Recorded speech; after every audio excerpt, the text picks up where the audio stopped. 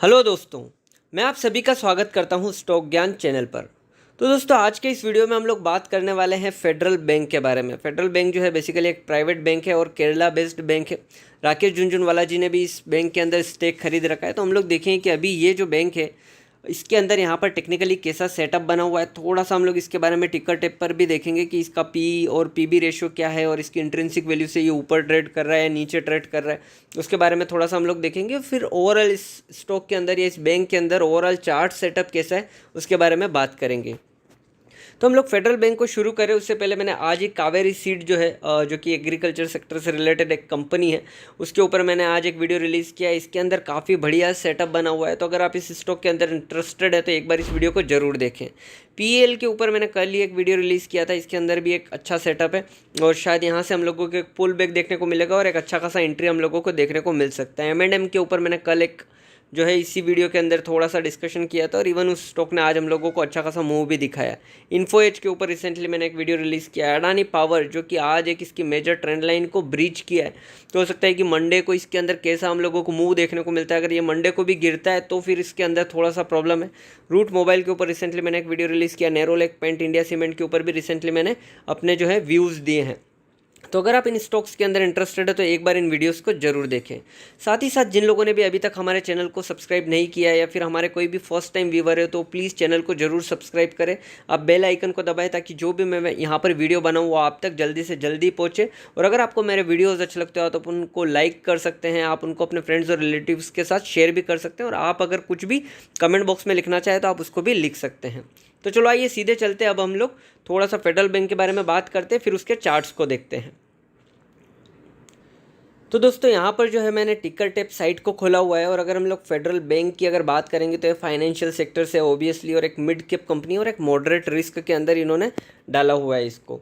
अगर हम लोग यहाँ पर इसकी इन्वेस्टमेंट चेकलिस्ट की अगर बात करेंगे तो ये बैंक में एक पॉजिटिव चीज़ है कि जो ये लोग इंट्रिंसिक वैल्यू कैलकुलेट कर रहे हैं उसके हिसाब से अपनी जो इंट्रिंसिक वैल्यू है उससे नीचे ट्रेड कर रहा है। Current price is less than intrinsic value. तो ये काफ़ी ज़्यादा पॉजिटिव है क्योंकि अगर आप देखेंगे तो मोस्टली अभी हम लोगों को स्टॉक मार्केट के अंदर काफ़ी ज़्यादा रैली देखने को मिल रही है और अगर कोई स्टॉक्स हम लोगों को उनकी इंट्रिंसिक वैल्यू से नीचे मिल रहा है तो ओबियसली वो हम लोगों के लिए एक अच्छा खासा बाय बन सकता है।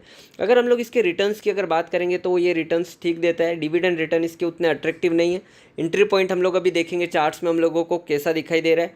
अगर हम लोग इसके रेड फ्लैग की अगर बात करेंगे तो इसके ऊपर कोई भी रेड फ्लैग नहीं है। अगर साथ ही साथ हम लोग इसके की मैट्रिक्स की अगर बात करेंगे तो आप देख सकते हैं कि इसका जो प्राइस टू अर्निंग रेशियो है वो ऑलमोस्ट इसके सेक्टर के प्राइस टू अर्निंग रेशियो से 1/3 पर ट्रेड कर रहा है। तो ये यहाँ पर हम लोगों को चीप दिख रहा है। उसी के साथ साथ जनरली बैंक्स के लिए हम लोग प्राइस टू बुक रेशियो को देखते हैं। तो अगर आप देखेंगे तो ये अपने सेक्टर के प्राइस टू बुक रेशियो के हिसाब से ऑलमोस्ट 1/3 पर ट्रेड कर रहा है। तो अगर आप देखेंगे तो ओवरऑल ये स्टॉक जो है अपनी प्राइस टू बुक रेशियो में भी काफ़ी डिस्काउंट पे है, प्राइस टू अर्निंग के हिसाब से भी काफ़ी डिस्काउंट पे है, इंट्रिंसिक वैल्यू से नीचे ट्रेड कर रहा है और इवन जो हमारे बड़े इन्वेस्टर है जैसे कि राकेश झुनझुनवाला उनके पोर्टफोलियो में भी है। तो इस हिसाब से यहाँ से हम लोगों को ये थोड़ा ठीक दिखाई दे रहा है। अगर हम लोग यहाँ पर देखेंगे एनालिस्ट यहाँ पर 90% एनालिस्ट बोल रहे हैं कि इस स्टॉक को आप लोग खरीद के चल सकते हैं। साथ ही साथ अगर हम लोग इसके फाइनेंशियल ट्रेंड्स की अगर यहाँ पर बात करेंगे तो आप देख सकते हैं कि इसकी रेवेन्यू में हम लोगों को कंटिन्यूसली राइज देखने को मिल रहा है। अगर आप देखेंगे तो 11 करोड़, देन 12, देन 15, देन 16, तो रेवेन्यू कंटिन्यूसली इंक्रीज हो रहा है। प्रॉफिट में भी हम लोगों को कंटिन्यूसली इंक्रीमेंट देखने को मिल रहा है। तो ओवरऑल हम लोगों को यहाँ पर इसके रेवेन्यू और प्रॉफिट के हिसाब से ये ठीक दिख रहा है। तो चलो आइए अब हम लोग चलते हैं इसके चार्ट्स के ऊपर और वहाँ पर देखते हैं कि इसके अंदर टेक्निकली कैसा सेटअप बना हुआ है।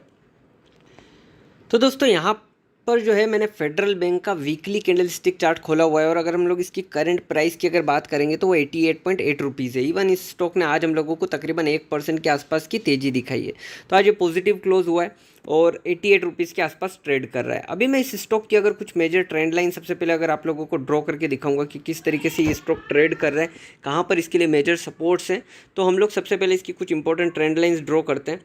तो अगर मैं दिखाऊंगा आप लोगों को तो जब से ये स्टॉक सपोज इसका एक हाई था 2017 में तकरीबन 126 रुपीज़ के आसपास, उसके बाद अगर आप देखेंगे तो कुछ इस तरीके से हम लोगों को इस ट्रेंड लाइन के नीचे ये स्टॉक ट्रेड होते हुए दिखाई दे रहा है। तो यहाँ पर आप देखेंगे तो यहाँ पर हम लोगों को एक रेजिस्टेंस मिला था, फिर एक ये रेजिस्टेंस था। यहाँ पर अभी रिसेंटली हम लोगों को इस स्टॉक को लेकर एक रेजिस्टेंस देखने को मिला और अगर आप करेंटली भी देखेंगे तो जस्ट उस ट्रेंड लाइन के आसपास ट्रेड कर रहा है। तो यहाँ से हो सकता है कि हम लोगों को अब ये एक ब्रेकआउट दे और अगर ये ब्रेकआउट होता है तो फिर हम लोगों को स्टॉक के अंदर एक अच्छा खासा मूव देखने को मिल सकता है।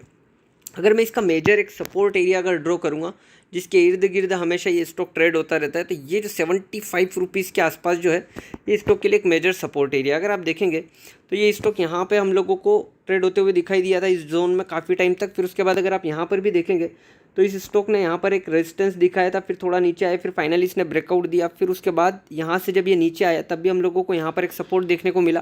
फिर फाइनली जो ये मार्च का जो फॉल हुआ था उसमें इसने यहाँ पर ब्रेकडाउन दिया। फिर जब ये ऊपर आया तो इसी ट्रेंड लाइन पर हम लोगों को रेजिस्टेंस देखने को मिला, और रेजिस्टेंस के बाद ये जो मेजर सपोर्ट एरिया है यहीं पर इस स्टॉक ने सपोर्ट लिया और अभी ऊपर की तरफ ट्रेड कर रहा है। तो ये था इसका ओवरऑल चार्ट सेटअप। साथ ही साथ अगर आप देखेंगे तो ये स्टॉक एक राइट एंगल ट्राइंगल के अंदर ट्रेड कर रहा है। यहाँ पर अगर आप देखेंगे तो ये इस तरीके से मूव हुआ, फिर यहाँ पर मूव हुआ, फिर ये मूव और फाइनली इस ट्रेंड लाइन को इसने ब्रेक किया, फिर ऊपर आया, फिर इसी ट्राइंगल के अंदर आया, इस ट्राइंगल में सपोर्ट लिया और अभी ऊपर की तरफ ट्रेड कर रहा है। तो यहाँ से दो पॉसिबिलिटी बनती है, आइदर इस स्टॉक को यहाँ से हम लोगों को एक अपसाइड में ब्रेकआउट देना चाहिए इस ट्रेंड लाइन को ब्रेक करने के लिए, या फिर यहाँ से ये एक बार और नीचे आएगा और फिर ऊपर की तरफ ब्रेकआउट करेगा। तो मोस्टली अभी जिस हिसाब से मार्केट चल रहा है ऑब्वियसली इसको यहाँ से एक ब्रेकआउट देना चाहिए। तो आप लोगों को कोई भी एंट्री लेने से पहले इसको ब्रेकआउट का वेट करना चाहिए जब तक ये यहाँ पर ब्रेकआउट नहीं देता है। अगर हम लोग देखेंगे तो नियर टर्म में इसने एक हाई लगाया था तकरीबन 92 के आसपास, तो जब तक ये इस लेवल से ऊपर नहीं जाता है तब तक आप कोई भी पोजीशन ना ले। अगर यहाँ पर ये ब्रेकआउट देता है तो फिर ऑब्वियसली हम लोगों को इसके जो प्रीवियस हाई है 125 126 रुपीज़ वो बिल्कुल देखने को मिलेंगे। और नीचे में अगर हम लोग देखेंगे तो 75 रुपीज़ के आसपास स्टॉक के लिए काफ़ी मेजर सपोर्ट एरिया है, क्योंकि हम लोगों ने देखा है कि ये जो एरिया है इस स्टॉक ने यहाँ पर काफ़ी बार सपोर्ट लिया है। तो अगर यहाँ से ये फिर से रिटर्न करता है तो ऑब्वियसली 75 रुपीज़ के आसपास सपोर्ट लेगा, और अगर यहाँ से ये ब्रेक करता है तो फिर ऑब्वियसली हम लोगों को यहाँ से 125 रुपीज़ तक के इसके अंदर लेवल देखने को मिलेंगे। तो ये था इसका वीकली पर ओवरऑल चार्ट सेटअप कैसे बना हुआ है। अगर हम लोग इसको डेली कैंडल स्टिक पर भी देखेंगे तो मैं यहाँ पर आप लोगों को दिखाता हूँ। अगर आप देखेंगे तो ओवरऑल यहाँ पर ये अपने डेली 200 एक्सपोनेंशियल मूविंग एवरेज पर सपोर्ट लेके उसके ऊपर की तरफ ही ट्रेड कर रहे हैं, तो ये एक पॉजिटिव चीज़ है। साथ ही साथ अगर आप यहाँ पर देखेंगे तो kind of cup and handle हम लोगों को इसके अंदर एक शेप दिखाई दे रहा है और ऑलमोस्ट अपने नेक लाइन के आसपास ये ट्रेड कर रहा है।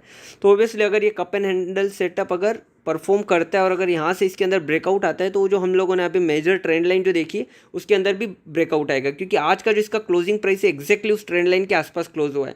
तो अभी नेक्स्ट वीक में हम लोगों को हो सकता है कि इसके अंदर कोई भी ब्रेकआउट देखने को मिले। तो अगर वहाँ पर ब्रेकआउट होता है और अपना ये जो 92 रुपीज़ के आसपास जो इसने अभी रिसेंटली एक हाई बनाया अगर उसको ब्रीच करके ऊपर की तरफ जाता है तो हम लोगों के लिए बिल्कुल 125 तक के टारगेट इस स्टॉक के अंदर बनते हैं।